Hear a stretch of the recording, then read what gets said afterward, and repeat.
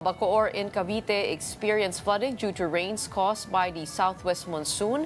For more updates on the situation in the province, we are joined by Richard Kion, Director of the Bacoor Disaster Risk Reduction and Management Office. Magandang umaga po sa inyo. Magandang umaga po, ma'am. Magandang umaga po sa lahat ng inyong tagapanood, tagapakinig at taga-subaybay. Oy, Richard, kamusta naman ho ang sitwasyon sa Bacoor, Cavite? Marami po bang mga pagbaha? We experienced widespread flooding po simula po nung Tuesday ng umaga. Hanggang ngayon po may mga areas pa rin po na may tubig, ranging from around 6 inches hanggang 30 inches of water. Depende po yan dun sa location. Ang pagbaha po ay talagang dulot ng matinding pag-ulan, tuloy-tuloy at yung tubig baha actually ay malinaw. Isang indicator na talagang yung tubig ulan lang ito na naipon, na-overwhelm yung ating drainage system dito sa lungsod. Sa kabila po ng ating patuloy na paglilinis nito, siyempre po sa direktiba po ni Mayor Strike Revilla, ang ating pong lungsod ay meron po tayong river warriors, meron po tayong vacuum trucks na nag-iikot sa mga drainage natin na sumisipsip ng laman. At yung River Warriors naman po natin, under po ng ating City Environment Services Department, ay all year round, ang trabaho lang po niyan, maglinis po ng ating mga creeks, ng mga ating riverways.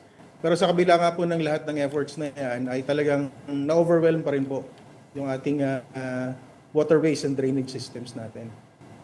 Ito po ba ay karaniwang nangyayari sa Bacoor, Cavite? Or did we see something exceptional this time? Pangyayari pong ito ay malimit naman pong nagkakabaha sa lungsod ng Bacoor, considering na kami po ay geographically challenged. Ang lungsod ng Bacoor po ang nagsisilbing catch basin this side of the province. So may mga pagkakataon po kahit hindi po umuulan sa lungsod ng Bacoor, maaari pong talagang magkaroon ng pagbaha sa amin. May mga areas po kami before, although hindi na po ngayon masyadong prominent yan, pag nag-high tide, nagkakatubig pa rin. Kasi may mga barangay po kami, yung kanilang lugar, ay below sea level po talaga. Okay. So ano po yung kamusta po yung sitwasyon ng mga pamilya dyan? Marami na po bang na-evacuate? At saan po sila ngayon? Sa ngayon po ay meron pa rin po tayong 973 families na naka-house sa 45 evacuation centers na active po ngayon sa iba't ibang barangay ng lungsod ng Bacoor. Maayos naman po ang kalagayan nila. Patuloy po na pinapangalagaan ng lungsod ng city government. Pinoprovidean po natin sila ng hot meals doon sa kanilang tinutuluyan. Breakfast, lunch, and dinner provided by the city government po. At kahapon din po, nakapagsimula na rin po tayo makapag-provide ng relief goods dito po sa mga families na nasa evacuation center.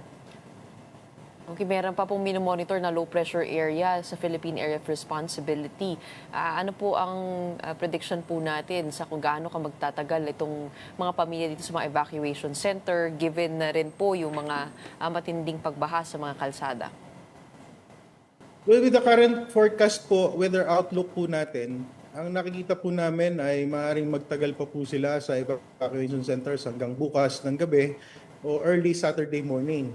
At yun nga po, nabanggit nyo, may weather systems pa rin po tayong binabantayan. Naging bagyo na nga po si Bagyong Dante at si Bagyong Emong. At meron pa pong papasok na isa pang low pressure area outside of the Philippine Area of Responsibility na maaari pa rin pong humila sa habagat. At malayo man po yung mga bagyo, talaga pong habagat ang nagpapaulan at nagpapabaha po sa aming lungsod. Dahil napag-usapan na rin po namin kanina yung mga pumping station, kamusta naman po ang pumping station dyan sa Bacoor? Sapat po ba o kailangan na rin pong dagdagan at ma-update? Sa ngayon po ay wala pong existing na pumping station sa lungsod ng Bacoor. Walang pumping station. Kasi sa mga kailangan po namin talagang magkaroon dito po sa aming lungsod. Pero hindi lang naman po yung pumping station ang kailangan pong mailagay sa amin. Kasi kahit po magkaroon po tayo ng pumping station, yun nga po, pagka sumasabay po yung high tide, kagaya po ngayong oras na to, high tide po at 1.5 meters po yung high tide. So mahihirapan din pong lumabas yung tubig. Dahil meron nga po kaming mga area na sadya pong below mean sea level po natin. Pagka ganun po, hindi po sasapat yung pumping station? Tama po ba?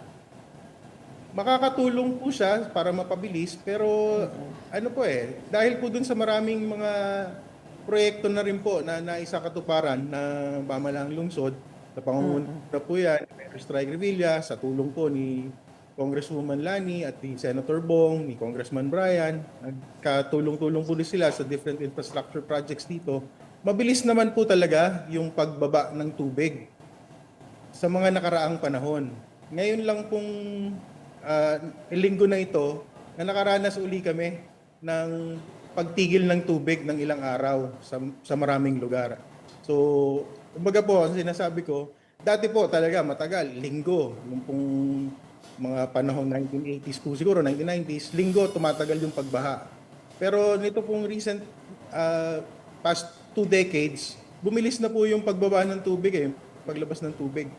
Dahil nga po dun sa iba't ibang mga proyekto at programang sinakatupa. Pero ngayon pong linggo na to, yun po yung medyo kakaiba, naranasan po uli namin na ilang araw na po may tubig pa rin. Pero yun nga po ay attributed namin dun sa tuloy-tuloy na pag-ulan.